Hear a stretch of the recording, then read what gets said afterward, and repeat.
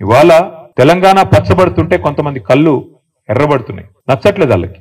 వాళ్ళ కడుపులో ఎక్కడో దేవినట్టు అవుతున్నది. ఎందుకంటే తెలంగాణ బాగుపడుతుంటే, కేసీఆర్ గారి నాయకత్వాన్ని ప్రజలు ఆమోదిస్తుంటే, ప్రజలు అనుక్షణం గుర్తు చేసుకుంటుంటే వాళ్ళకి నచ్చట్లేదు.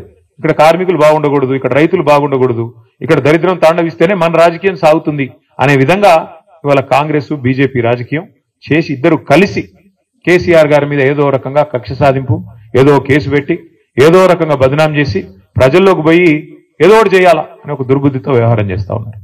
21 నెలల్లో కాంగ్రెస్ ప్రభుత్వం సాధించింది ఏందయ్యా అంటే ఏమి లేదు, ఉత్త శుష్క ప్రియాలు, శూన్యహస్తాలు, డైలాగులు తప్ప తెల్లారు లేస్తే ఒక్క పని జరిగిందా? చివరికి ఏమంటున్నాడు ముఖ్యమంత్రి గారు ఈరోజు? చాలా విచిత్రం.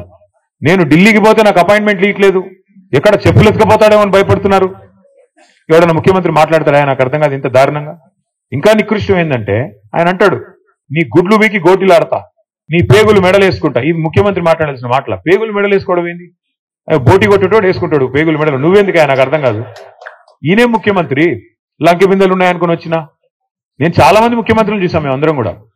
రాజశేఖర రెడ్డి గారు, చంద్రబాబు నాయుడు గారు, ఎన్టీ రామారావు గారు, కిరణ్ కుమార్ రెడ్డి గారు, రోసయ్య గారు, చాలా మందిని చూసినాం. ఇట్లాంటి ముఖ్యమంత్రిని మాత్రం ఎవరిని చూడలేదు. కేసీఆర్ గారు ఒకరు కాదు, ఇంతమంది ముఖ్యమంత్రులు చూస్తే ఈరోజు ఇంత విచిత్రమైన ముఖ్యమంత్రి. ఇప్పుడు ఎన్నికల ముందు ఆయనే హామీ ఇచ్చాడు, నోటికొచ్చిన హామీలు ఒకటి ఇట్లా అట్లాగా 420 హామీలు, ఎవరికి ఏది అడిగితే అది ఇస్తా పో అన్నాడు.